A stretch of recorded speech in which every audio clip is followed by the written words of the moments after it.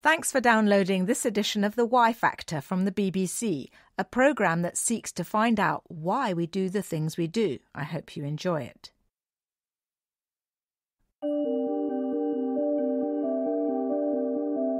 BBC World Service, I'm Lucy Ash, and on today's Y Factor, statues. For millennia, man has erected these pillars of public art.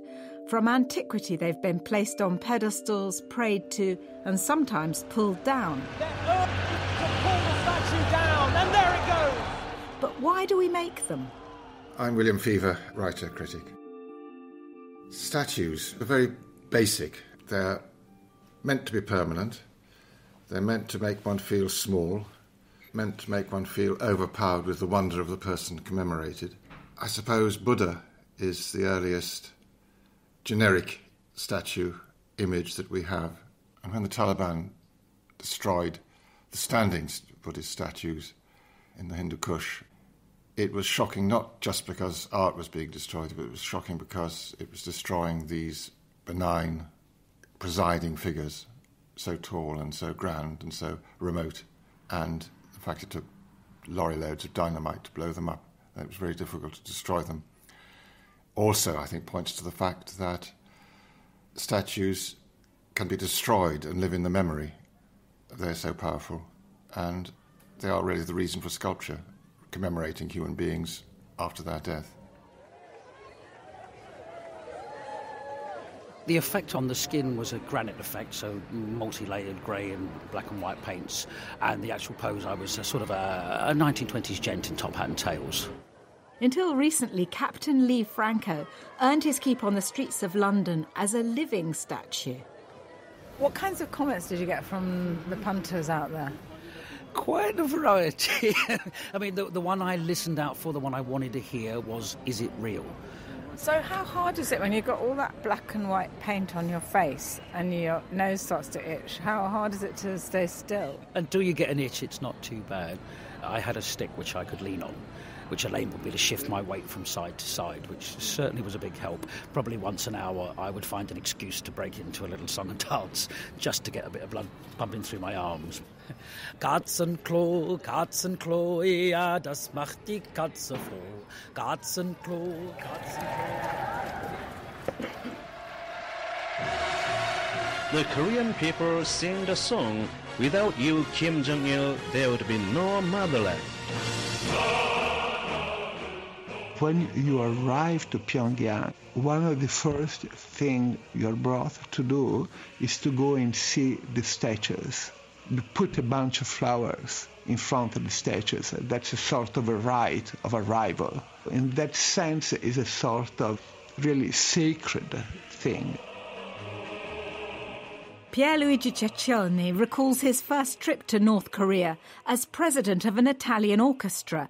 He was struck that the one-party state had two former leaders immortalised in bronze. First, there was the big statue of Kim Il-sung, the founder of the country. It was about 20 meters tall. And then, since Kim Jong-il died, an equal statue of the son came in. They are seen as a completely extraordinary people. They are mythical, really, in a way. It's political as well as religious.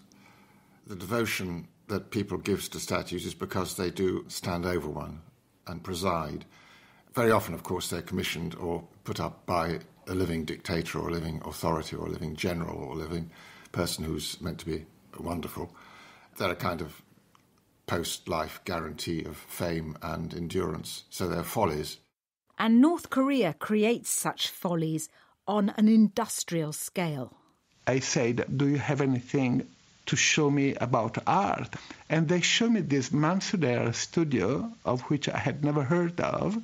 And this studio is 120,000 square meters and has about 4,000 people working in it, of which about 800-900 are artists. The Mansudae studio once made hundreds of Lenins and works for Pol Pot's Cambodia, as well as at least 10 statues of Chairman Mao still standing in China. Now the biggest market is Africa, and the orchestra boss from Florence became an unlikely go-between. A little coy about the prices involved, he's now the sole representative of the Hermit Kingdom's art factory to the outside world. The main large works were done for Zimbabwe because there was a good relationship between the Zimbabwe leader and the North Korean leader. It isn't that North Koreans are like missionaries of statues, so to speak. They are more specialized architects and artists. And so if you want to make something of that kind, you go to them because they are good at making them, and probably they are cheaper. They are very much into size in the country. If something is big, in general, is better than something small.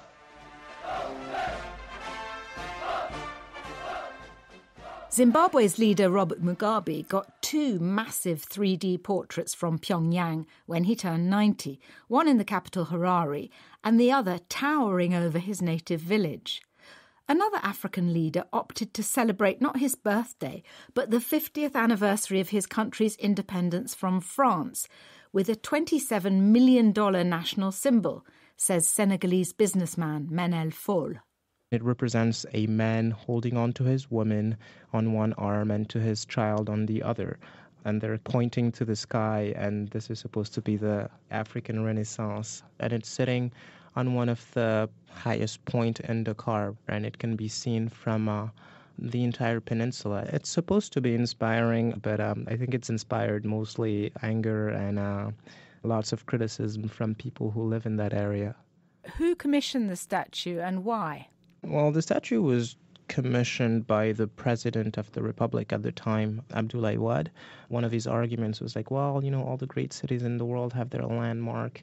So he had this whole rationale about, the statue being something that will bring value added to the country. This was his white elephant. Senegal had no business putting that much money on a prestige project for a president. So statues project power, and when that power disappears, the statues often go with it.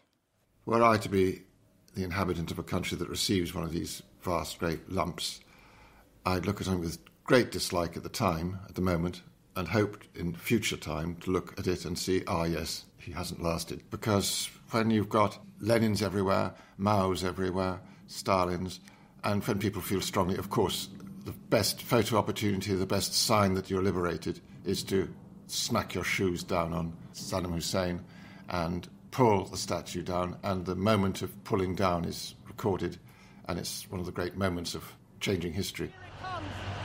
This is the moment. It is the end of Saddam's grip on this city. The 14-ton statue of the founder of the KGB, Felix Dzerzhinsky, is ripped from his perch in front of the Lubyanka. In Kiev, a communist idol came crashing down. Anti-government protesters toppled Vladimir Lenin. Lev Kerbel, the Soviet Union's most celebrated socialist realist sculptor, was anguished by scenes of crowds attacking his statues with sledgehammers. I met him just after the USSR fell apart, and he was looking for a new role and new clients. Sadly, I couldn't afford a bronze bust, but he cast my head in plaster of Paris, and he transformed me into an idealistic tractor driver. And the mould's made out of a floppy silicon rubber, which is really good for getting all the definition of the face of the statues. All the little wrinkles around the eyes and things, yeah? Yeah, and the hairlines. But the rubber is floppy, so it needs to be in a hard casing, so this is fiberglass. Once it's all cured and hardened, I can release it from the mould easily. Jasleen Kaur, a Glaswegian-born artist of Indian heritage, explores some of the complex legacies of the Raj in her work. She's sculpted a bust of the great-grandson of Field Marshal Robert Napier, Commander-in-Chief of India, who became a symbol of the military success of the British Empire around the world. His descendant's head is wrapped, subversively perhaps, in a Sikh turban. So how does she feel about the Rhodes Must Fall campaign, which began as a protest against a statue at the University of Cape Town, but which spread to universities across the globe, including Oxford, Cambridge and Harvard? Is it right to get rid of the statue of Cecil Rhodes, the Victorian imperialist and diamond mine owner who annexed vast swathes of southern Africa? The most potent and powerful way to deal with that history is to retell it in some way. It's not to remove it, because you can't really remove history. And what do you learn from trying to erase bits? I understand that the Rhodes statue is deeply offensive for some people, but instead of taking it down and pretending it didn't exist, wouldn't it be so much more wonderful to retell and reshape and rethink, give it a new layer of a history on top of it, really? You know, if you start removing statues, do you start removing the books? Do you start... How much do you leave? It could really go too far, I think.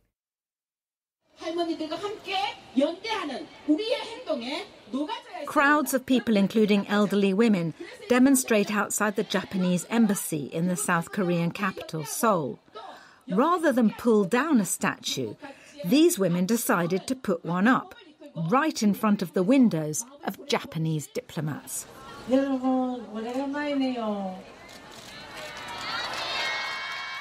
One of the women accuses Japan of ignoring a shameful episode from recent history. She's one of 42 survivors of up to 200,000 women and girls forced into sexual slavery in Japanese military brothels during World War II. There was so much anger over this in South Korea that in 2011, sculptors Kim Eung-sung and his wife Kim Se-kyung were commissioned to build a commemorative statue. We wanted to show a young, serious face, emboldened. The statue has short hair. It's quite ruffled. Her hands is in a shape of a fist. There's no shoes on the feet. And also there's a chair next to the sitting girl, which is empty. Kim Eung-sung says he was motivated by memories from his own childhood. In my village, there was a woman really a bit excluded from everyone else. It was all hush-hush at the time, but later I had learned that she was one of the women who had one of those awful experiences during the Japanese occupation. And there were some people who were pointing the finger at them, saying that they were dirty, they were prostitutes. And because I had seen the lady in my village, I was wondering if there could be something that I could do to bring back the pride that was taken away from these women. The Japanese government has paid more than $8 million in compensation and considers the matter closed. It wants the statue removed. But it's still there. In fact, its very existence almost derailed the landmark deal last year to end the decades-long row between Japan and South Korea over the wartime sex slaves. For many South Koreans, the Bronze Girl is a focus for national sorrow, and it's a place where the comfort women and their supporters can meet. Things tend to change from season to season. Fans during the summertime to keep the statue cool, scarves, hats during the winter, even raincoats when it rains, umbrellas. People write letters to the statue. And also I've seen people who leave candy, not to mention a necklace for the statue as well. As if it was a real girl. Our hope of the whole meaning of the statue was for people to remember these women and girls and to be able to share their suffering and pain. Artist Jaslyn Kaur understands the idea of humanising statues. I was looking at the parallels between Indian devotional sculpture and Western portrait bust. On one hand, the portrait bust is this revered object that's untouched. Its function is to almost put man in this godlike position in an object that's in a museum or a house that isn't for touching. On the other hand, Indian devotional sculpture is of gods, goddesses, Buddha, and you offer them fruits, you bathe them in milk and yoghurt, you put them to bed at night, you wake them up in the morning. You're almost humanising these godlike creatures. We're in the piazza in Covent Garden. I walked past a man that was completely plastered in silver with a bowler hat and who was standing immobile, balanced on a spade. I don't know how the heck he stays up there. I don't see no wires or nothing. Hang on a second, bud. I got some money for you. People felt strangely close. People would start telling me about the struggles they'd had in their mind and with sadness and how I'd given them a laugh. Were they telling you that while you were standing really still? I was very much a captive audience. So I was a chance for the lonely to come and have a chat, I think. There was a chap, he would have been about my age. He started telling me a dreadfully sad story that his wife had passed away 18 months previously. And he'd said he'd been struggling and he hadn't really found any happiness. And he'd watched me frightening someone and it had made him laugh. And he just came over to tell me all this and then to inform me that was the first time he'd laughed in a year and a half. You might not associate statues with entertainment, but in the ancient world, marble warriors were the equivalent of the modern action blockbuster. A current show at the British Museum in London features a Greek soldier in the heat of battle. The work dates back to 470 BC, but you can still see the veins pulsing on his neck. All the same, statues, even those made of stone, are ultimately ephemeral.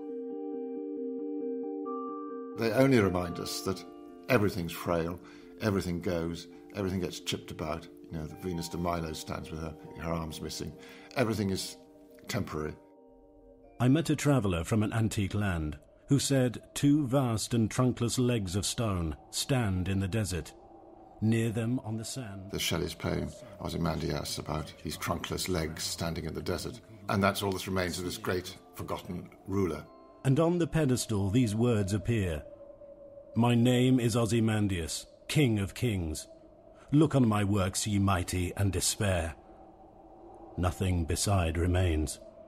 Statues play mind games with us, and the greatest mind game of all is that we are going to be famous forevermore. And the corollary is that actually, generally speaking, we forget about who the statue is. Thanks for listening to The Y Factor. If you'd like to hear more episodes, there's a wide range of programmes on our website, from swearing to sacrifice, from death to drawing and diaries. Visit bbcworldservice.com/Y Factor.